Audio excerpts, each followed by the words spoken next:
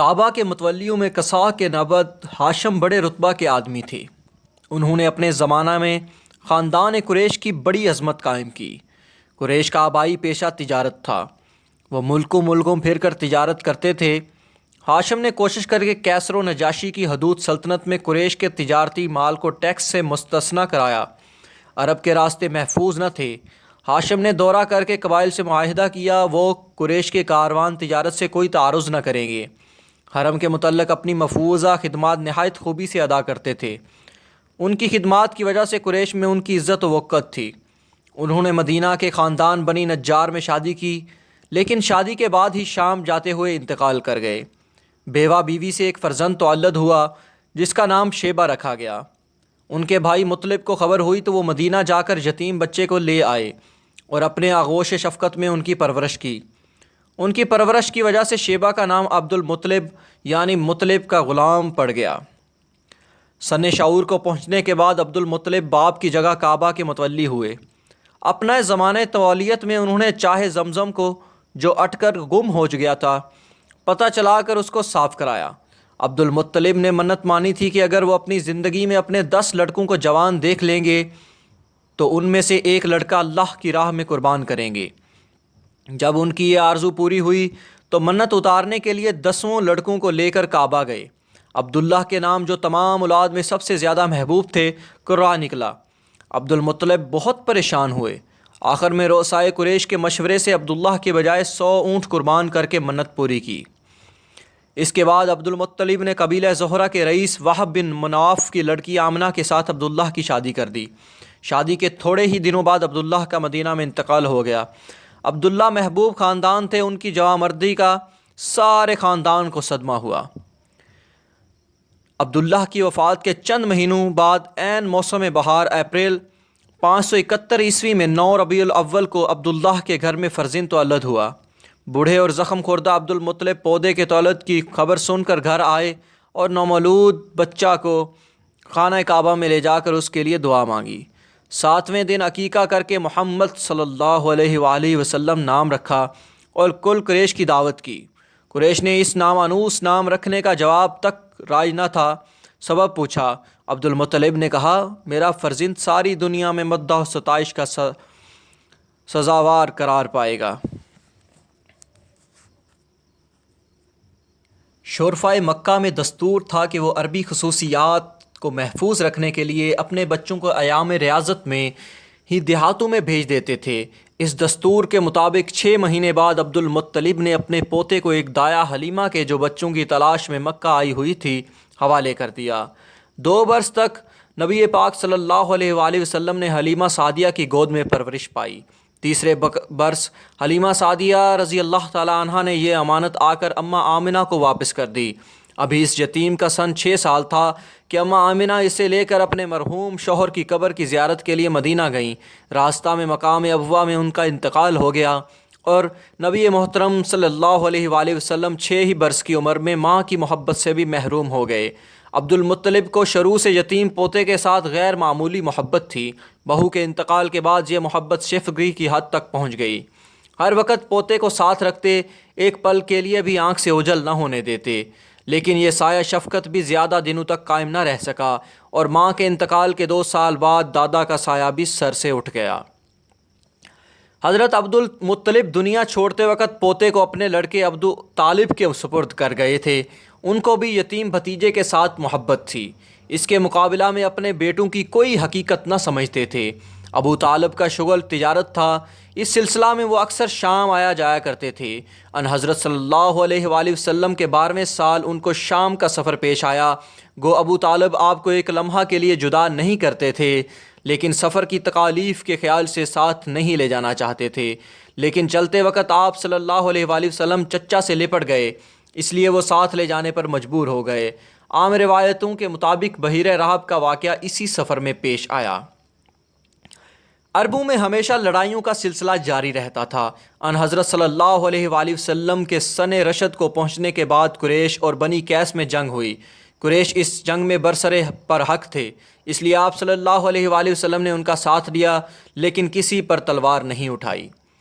سن شعور کو پہنچنے کے بعد ان حضرت صلی اللہ علیہ وآلہ وسلم کو کسب معاش کی فکر ہوئی۔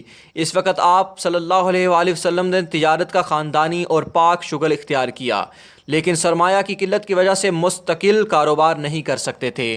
خاندانی شغل کی وجہ سے آپ کو تجارت کا کافی تجربہ تھا۔ آپ صلی اللہ علیہ وآلہ وسلم کے تجارتی تجربے اور دیانت کی شہرت کافی ہو چکی تھی، اس لیے سرمایہ دار منافع کی شرکت آپ کو سرمایہ دے دیتے تھے۔ آپ صلی اللہ علیہ وآلہ وسلم نہایت محنت اور دیانت داری کے ساتھ ان کا کام کرتے۔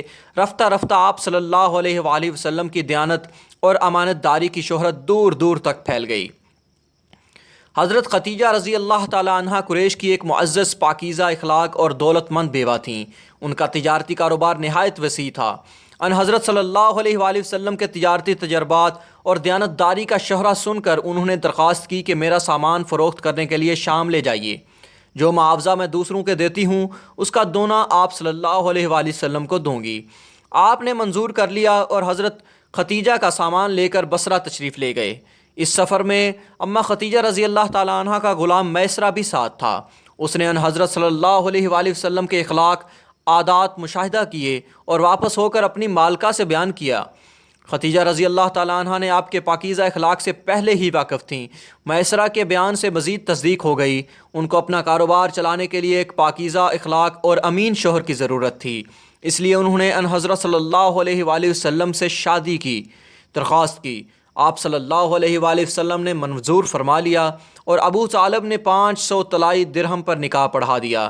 اس وقت ان حضرت صلی اللہ علیہ وآلہ وسلم کی عمر مبارک 25 سال جبکہ اماں خدیجہ رضی اللہ تعالی عنہ کی 40 سال تھی۔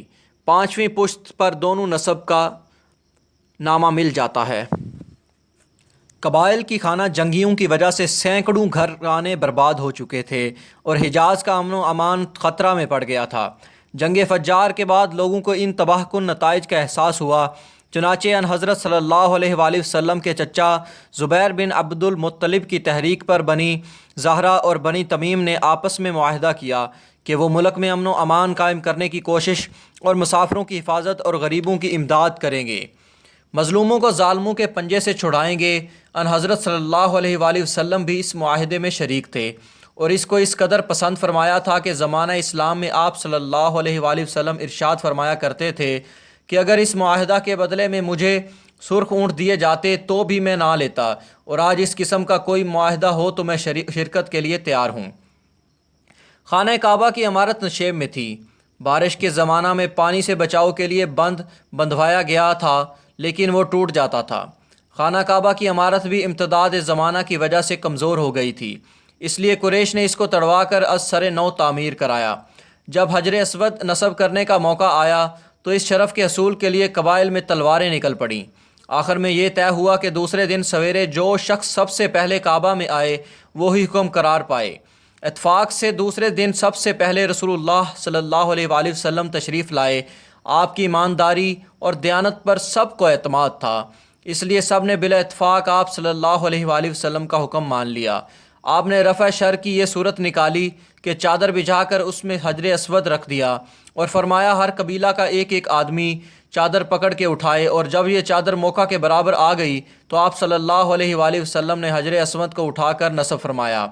اس حسن تدبیر سے ایک خونریز جنگ ہوتے ہوتے رک گئی، چونکہ آئندہ چل کر ان حضرت صلی اللہ علیہ وآلہ وسلم کو یہ منصب جلیل ملنے والا تھا، اس لیے اللہ نے ابتدا ہی سے آپ کو فطرت سلیم عطا فرمائی۔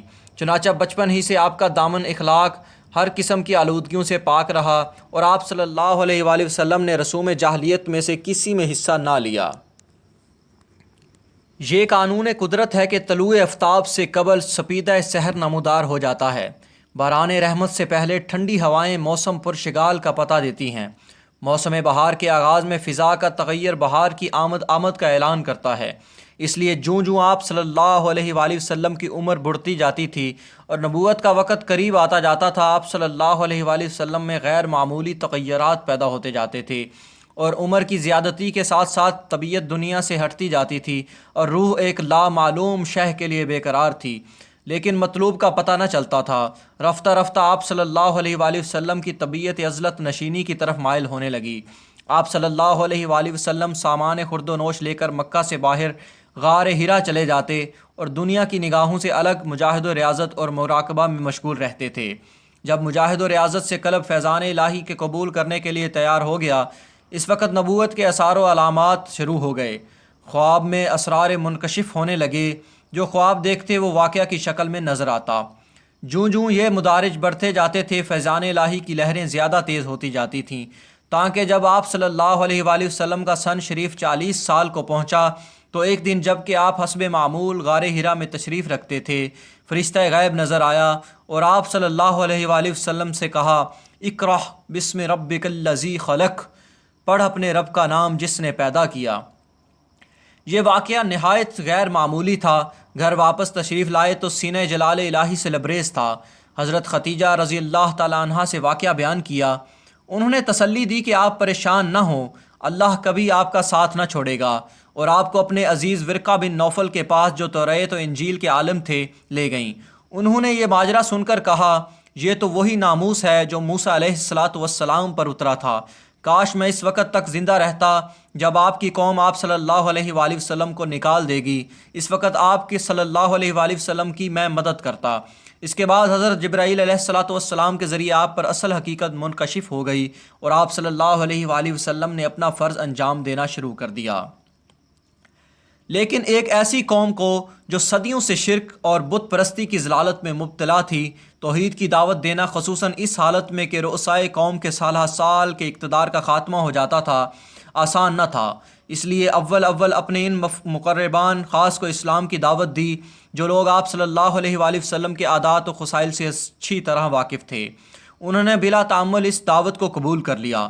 چنانچہ عورتوں میں سب سے اول آپ صلی اللہ علیہ وآلہ وسلم کی رفیقہ حیات حضرت خدیجہ صدیقہ، مردوں میں آپ صلی اللہ علیہ وآلہ وسلم کے قدیم رفیق محرم راز حضرت ابوبکر صدیق رضی اللہ تعالیٰ عنہ، غلاموں میں آپ کے محبوب غلام زید رضی اللہ تعالیٰ عنہ، نوعمروں میں آپ صلی اللہ علیہ وآلہ وسلم کے چچیرے بھائی حضرت علی رضی اللہ تعالیٰ عنہ اسلام سے مشرف ہوئے، اور آپ 3 سال تک خاموشی سے اس فرض کو انجام دیتے رہے۔ حضرت ابوبکر صدیق رضی اللہ تعالیٰ عنہ بڑے با اثر تھے۔ ان کے اثر سے حضرت عثمان بن عفان، زبیر بن عوام، عبد الرحمن بن عوف، سعد بن ابی وقاص، طلحہ بن زبیر رضی اللہ تعالیٰ عنہ مشرف با اسلام ہوئے۔ ان کے قبول اسلام کے اثر سے اس کا دائرہ بڑھنے لگا۔ چنانچہ حضرت خباب بن ارت، عمار بن یاسر، سعید بن زید، عبداللہ بن مسعود، عثمان بن مظعون، ابو عبیدہ، صہیب اور ارقم رضی اللہ تعالیٰ عنہ وغیرہ نے اسلام قبول کیا اور ایک اچھی خاصی جماعت دار اسلام میں داخل ہوئیں۔ یہ تمام کام خفیہ ہوا، لیکن آپ کا فرض تنہا خفیہ تبلیغ اور چند آدمیوں کے ہدایت یاب ہونے پر ختم نہ ہو جاتا تھا، بلکہ سارے عالم کو اعلانیہ دعوت دینا تھا۔ اس لیے 3 سال کے بعد اعلانیہ تبلیغ کے احکام نازل ہوئے۔ یا ایھا المدثر قم فانذر فصدع بما تعمر او انذر عشیرتک الاقربین۔ اس حکم پر آپ صلی اللہ علیہ وآلہ وسلم نے کوہ صفا پر چڑھ کر آواز دی، یا معشر قریش، اے قریشیو، آپ کی آواز، لوگ جمع ہو گئے۔ آپ صلی اللہ علیہ وآلہ وسلم ان سے سوال کیا کہ اگر میں تم سے کہوں کہ پہاڑ کی پشت سے ایک لشکر جرار آ رہا ہے تو تم کو یقین آئے گا؟ سب نے ایک زبان ہو کر جواب دیا، ہم نے تم کو ہمیشہ سچ ہی بولتے پایا ہے۔ فرمایا، تو میں تم سے کہتا ہوں کہ اگر ایمان نہ لاؤ گے تو تم پر سخت عذاب نازل ہوگا۔ یہ غیر متوقع اور اپنے معتقاد کے خلاف بات سن کر سب بگڑ گئے۔ اس واقعہ کے چند دنوں بعد آپ صلی اللہ علیہ وآلہ وسلم نے ایک دعوت کا انتظام کیا اور عبد المطلب کی اولاد کو جمع کر کے ان سے فرمایا، میں وہ چیز لے کر آیا ہوں جو دین و دنیا دونوں کی کفیل ہے۔ اس بارے گراں کو اٹھانے میں میرا کوئی ساتھ دیتا ہے؟ سب خاموش رہے۔ صرف حضرت علی رضی اللہ تعالی عنہ نے جواب دیا کہ مجھے آشوب چشم کی تکلیف ہے، میری ٹانگیں پتلی ہیں اور نا عمر ہوں، لیکن میں آپ کا ساتھ دوں گا۔ ان کے علاوہ سب خاموشی کے ساتھ لوٹ گئے۔ اب مسلمانوں کی تعداد 40 تک پہنچ چکی تھی، اس لیے ان حضرت صلی اللہ علیہ وآلہ وسلم نے ایک دن حرم میں جا کر توحید کا اعلان کیا۔ اس جرم پر مشرکین مکہ ٹوٹ پڑے۔ حارث بن ابی حالہ رضی اللہ تعالیٰ عنہ نے آپ کو بچانے کی کوشش کی، اس میں وہ مقتول ہوئے۔ یہ راہ اللہ میں پہلا خون تھا۔ اب تک مشرکین نے اسلام کی دعوت کو زیادہ اہمیت نہ دی تھی، لیکن جوں اسلام کے پرستاروں کی تعداد میں اضافہ ہوتا جاتا تھا، مشرکین کی مخالفت بڑھتی جاتی تھی۔ ان کی مخالفت کے بہت سے اسباب تھے۔ اسلام ان کے صدیوں کے عقائد و رسوم کو باطل کر رہا تھا، ان کے معبودوں کو جن کی وہ پرستش کرتے تھے آگ کا ایندھن بناتا جا رہا تھا۔ قرآن اعلانیہ قریش کی بد اخلاقیوں کی پردہ داری کر رہا تھا۔ متولی کعبہ کی حیثیت سے عرب پر ان کا جو اقتدار قائم تھا، اسلام اس کا خاتمہ کیے جاتا تھا۔ بنی ہاشم اور بنی امیہ باہم پرانے رقیب تھے، اس لیے بنی امیہ آل ہاشم نبوت کے اعزاز کو برداشت نہیں کر سکتے تھے، اس لیے یہ سب سے زیادہ مخالفت میں پیش تھے۔ تاریخ اسلام کی آنے والی اقساط کے لیے ہمارے چینل کو سبسکرائب کریں اور بیل آئیکن کو پریس کر دیں تاکہ مزید آنے والی اچھی ویڈیوز آپ تک سب سے پہلے پہنچ سکیں۔